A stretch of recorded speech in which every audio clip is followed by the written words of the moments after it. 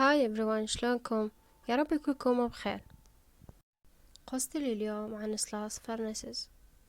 يعتبر فرنسلاس هو من أهم الأفران اللي كانت موجودة بذاك الوقت، ولحد هذا الوقت يعتبروه هو معلم تاريخي من معالم أمريكا. الفرن موجود لحد الآن في برمنغهام ألاباما في الولايات المتحدة الأمريكية، وكان من أهم الأفران اللي موجودة بذاك الوقت. ينتجون بالحديد من سنة 1883 حد سنة 1971. الكولونيل جيمس ويذرسلوس أحد مؤسسين برمنغهام، هو اللي ساعد تعزيز وتطوير السكك الحديدية في جونز فالي، وتعتبر شركته بارت كوك أند كول كامباني هي من أوائل الشركات المصنعة للمدينة الجديدة.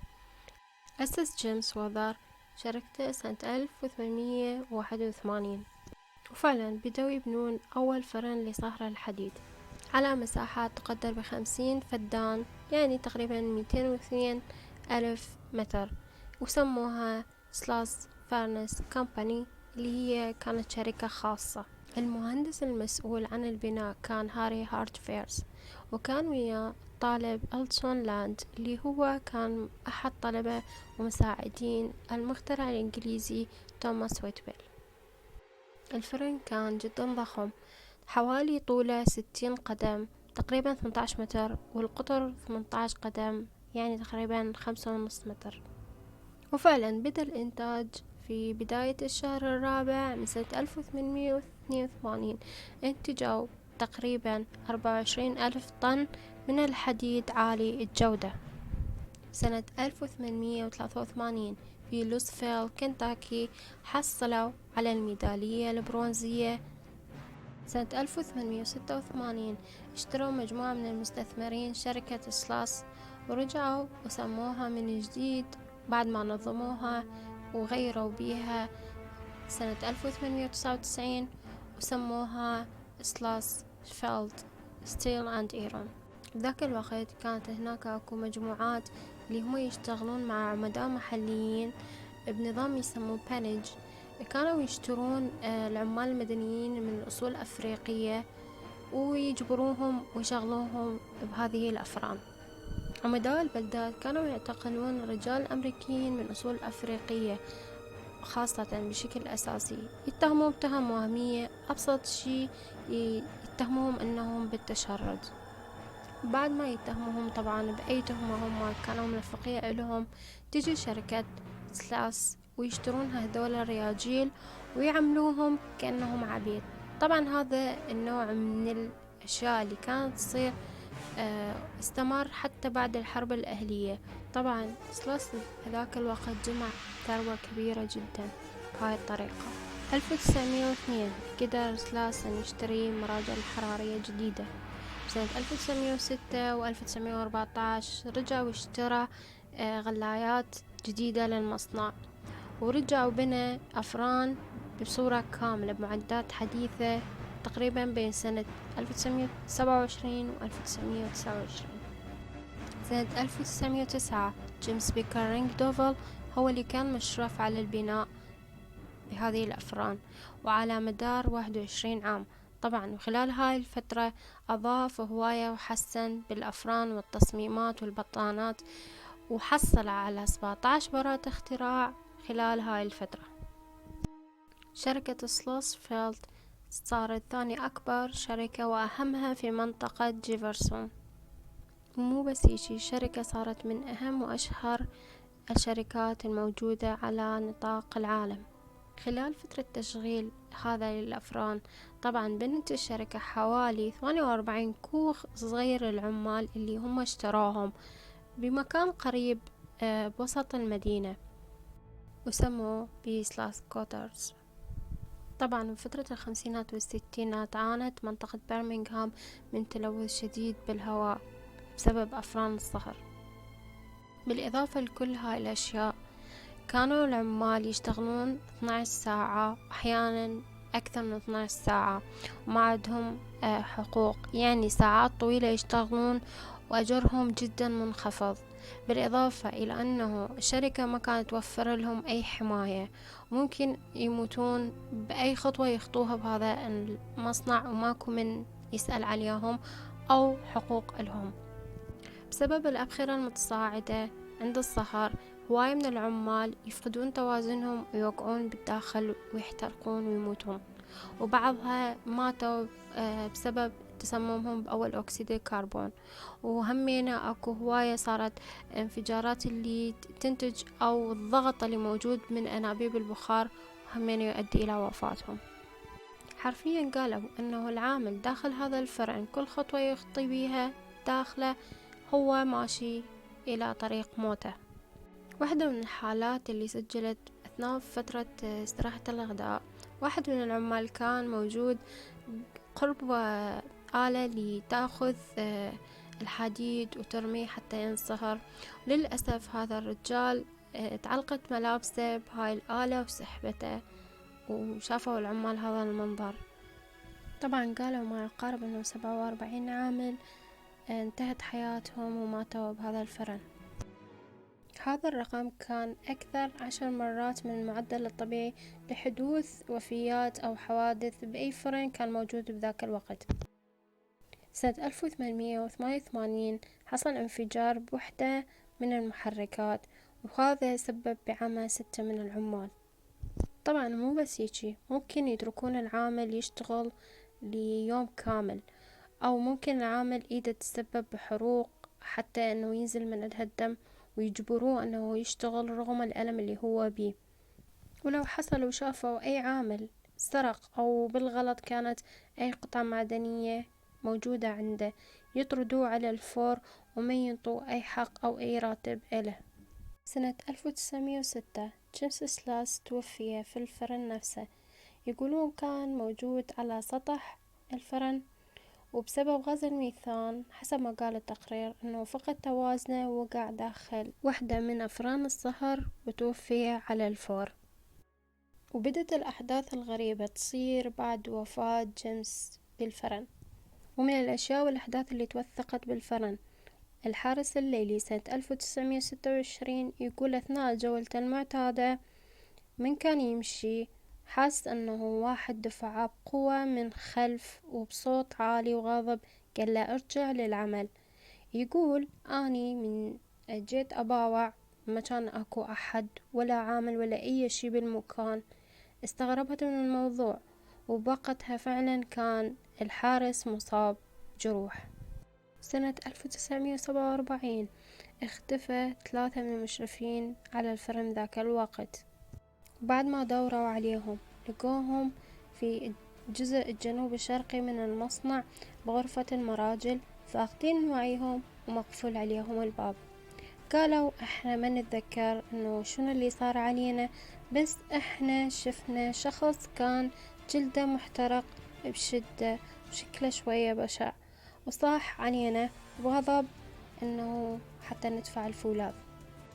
والقصة الأكثر رعب اللي صارت سنة 1971 اللي هي بليلة قبل ما يغلقون الفرن. الحارس الليلي سامويل بلومنتل يقول كان يمشي، طبعا هو كلش يحب المكان وكان يعمل بيه لسنين، وكان يشوفه للمرة الأخيرة. حسب ما قال أنه كان يمشي عادي، وبفترة من الفترات شاف وجه لوجه. حسب ما قال هو أكثر شيء مخيف شفته ومر علي بحياتي، وصفه أنه الشر بعينه، شخص نصف رجل ونصف كأنه شيطان. حاول دفعه بالأعلى الدرج، بس لما رفض هو قام ويضرب بيه بقوة. طبيب جاك بارلو هو اللي كشف على جسم سامويل، قال انه كان متعرض بجسمه لحروق شديدة. وهاي من الاشياء والاحداث اللي صارت وتصير لحد هذا الوقت. طبعا هو المكان مهجور، لكن اكو عاملين واكو مقيمين هناك ومسؤولين حراس بهذا المكان. يقولون هواي من المرات تنطلق صافرات البخار من كيفها، وهمينا اكو ناس يتعرضون للاعتداءات وأصوات وأشياء ومشي بالمكان. يقولون وخاصة بشهر 9 و10 وتصير هاي الأحداث كلها بالليل. وبسنة 1988 مركز للبحوث في سان بطرسبرغ، هو مركز متخصص بالخوارق، سووا بحوث بشهر مايو من نفس السنة. قالوا أنه هذا المكان مليء بالأرواح والأشياء اللي هي مو طبيعية. قالوا أنه الشركة كانت بسبب سياستها وإهمالها والعنف اللي كان موجود والكثير من الأشخاص اللي فقدوا حياتهم بيها كلها كانت موجودة بهذا المكان، وأثرت وكونت هاي الأرواح اللي نقدر نسميها مضطربة. وبسنة 2000 Paranormal of Fox's Skirts قالوا بحثهم إنه أكثر مكان شافوه بالطاقة الغير طبيعية وواجهوها بحياتهم. وبأوائل سنة 2002 فريق متخصص بالتحقيق في الموقع تابع لشركة WJTV تركوا مكانهم مرتبكين وخايفين، وكانوا مقتنعين تماما أنه هذا المكان بيه أرواح بعد ما التقطتها كاميراتهم، وكانوا واضعين على موقعهم. وبسنة 2003 جت مؤسسة متخصصة بالأبحاث الخوارق، هي مؤسسة ألاباما للخوارق، وقالوا أنه هذا المكان لا شك أنه بيه أشياء وأحداث صارت ولحد الآن موجود بيه كائنات وأرواح موجودة لحد الآن. 4/10/2003 أحد أفراد الطاقم جوش تومسون اشتعلت بيه النيران فجأة بعد ما شاف كائن غريب. جوش قال ما أعرف شنو اللي صار لي ولا أتذكر شي أبدا غير أنه شفت هذا الشي، وأصيبه بحروق بأعلى وأسفل جسمه. الشي الغريب أنه هاي الحادثة اللي تعرض لها جوش صارت قبل 32 سنة من حادثة اللي تعرض لها الحارس الليلي سنة 1971.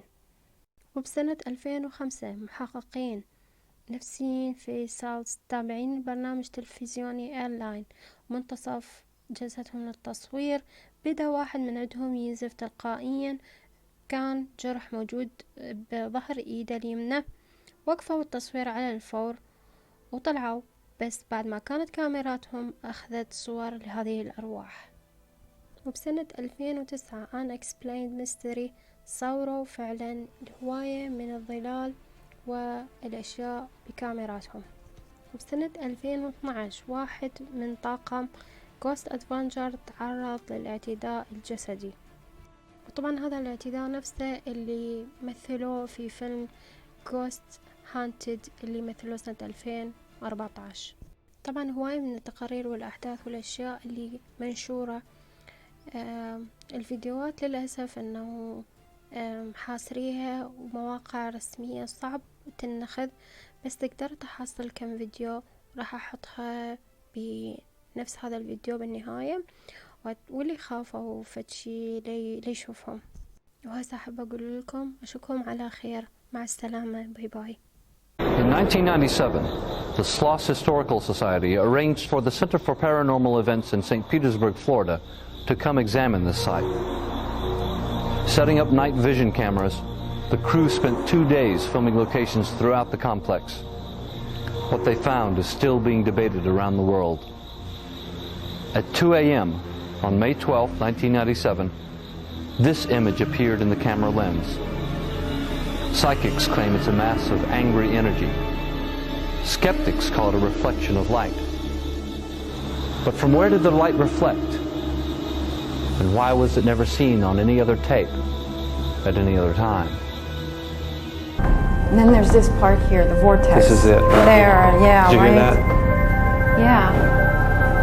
Oh, somebody's on the steps. Do you hear it? I mean, it's pretty spooky in there. I ain't going back in. I'll let them come back. I felt as if I was not alone. That's why I'm back out here. Sloss Furnaces has been a part of Birmingham, Alabama for almost 2 centuries. The workers are gone, but something seems to remain. Sloss is the only blast furnace left standing. It closed 30 years ago. Some people say ghosts are the ones who now walk these corridors. We wanted to find out if the Sloss was haunted. The Unexplained team, along with a pair of psychics and paranormal researchers, worked to unlock the mystery of sloths. One of the hot spots we investigated was the catwalk above the wheel. Ghost hunter Janice Rayleigh snapped digital photos and spotted orbs, which are energy forms, possibly ghosts. That's not bad.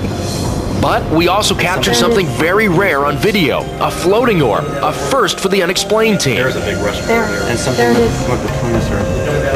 It's definitely here. Very strong. Very Right. Psychic Chris Simon has had other encounters on the catwalk. One night I was there alone and looked, back to my right and saw what just appeared to be a glowing kind of white light that just sort of hovered. But look at this amazing picture that Janice Rayleigh took.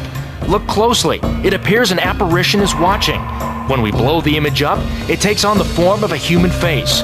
And folks, we know it's not a member of our team because no one else was present when the photo was taken. Psychic Rosemary Sellner felt that our late night tour of sloths had a special guide. But it's really unusual, in fact, that the ghosts were so aware of us and almost interacting like they wanted to be helpful, or you were being warned not to touch. Besides Janice shooting plenty of orbs with her camera, her temperature gauge recorded some unexplained fluctuations between cold and hot. Feel this cool draft. Go back to the end of the set, black thing, look at that pipe, and just hold it from there. What's the temperature say up Make there? no mistake, this abandoned steel mill is spooky, especially when we traveled underground into the tunnel. And then there's this part here, the vortex. This is it. Right There, here. yeah, Did you right. hear that? Yeah. Oh, somebody's on the steps. Do you hear it? Looking up, we saw no one on the stairs, but we did hear banging and footsteps. In this part of the tunnel, people have reported seeing a floating apparition. We came up empty, but left a little frazzled. Our nerves definitely were frayed after being startled by some machinery. You hear that banging? Some banging up inside that place. Okay, are we losing it? It's a big cold, a rush of cold air, and then are we the only ones hearing this? Look at that. Dripping like it's fresh. And it hadn't been used in 30 years. That's not. With all the debris. Yeah, and you can just see that there's dust Yeah. on the outside, but even that wet grease, there's no dust on it. On this night at Sloss, we heard some strange sounds and witnessed odd sights.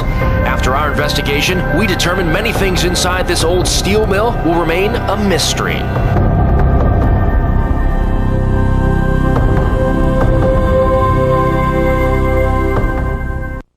Tunnel here at Sloss.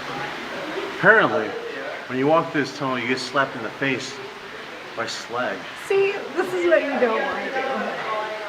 I have not gotten slapped in the face yet. I think there's too many people here for that to happen. Slag, you here? Got any ghosts here? We're here in the same, we're just hanging out, we're pouring iron. Pouring iron. Doing the same thing you guys are doing.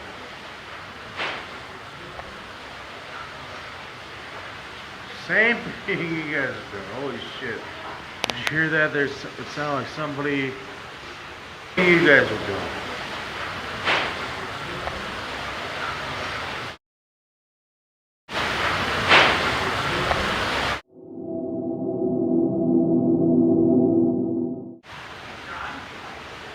Greg, come back down here, Greg. Greg, check this out, dude. I gotta show you this video. There was a noise that came from over there. Hey, are you guys down there?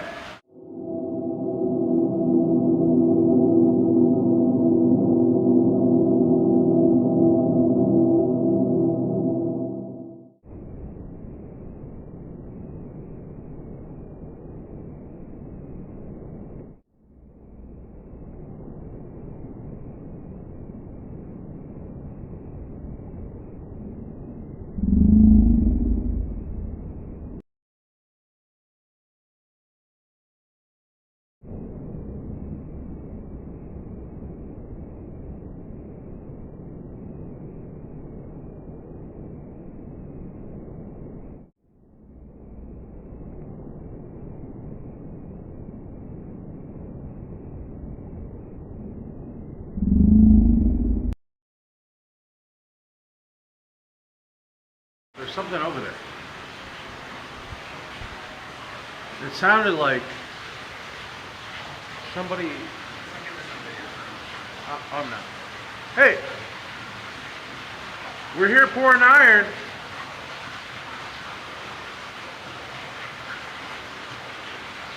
You guys happy about that?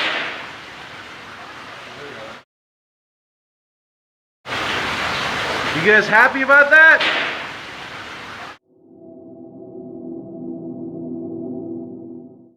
You guys happy about that?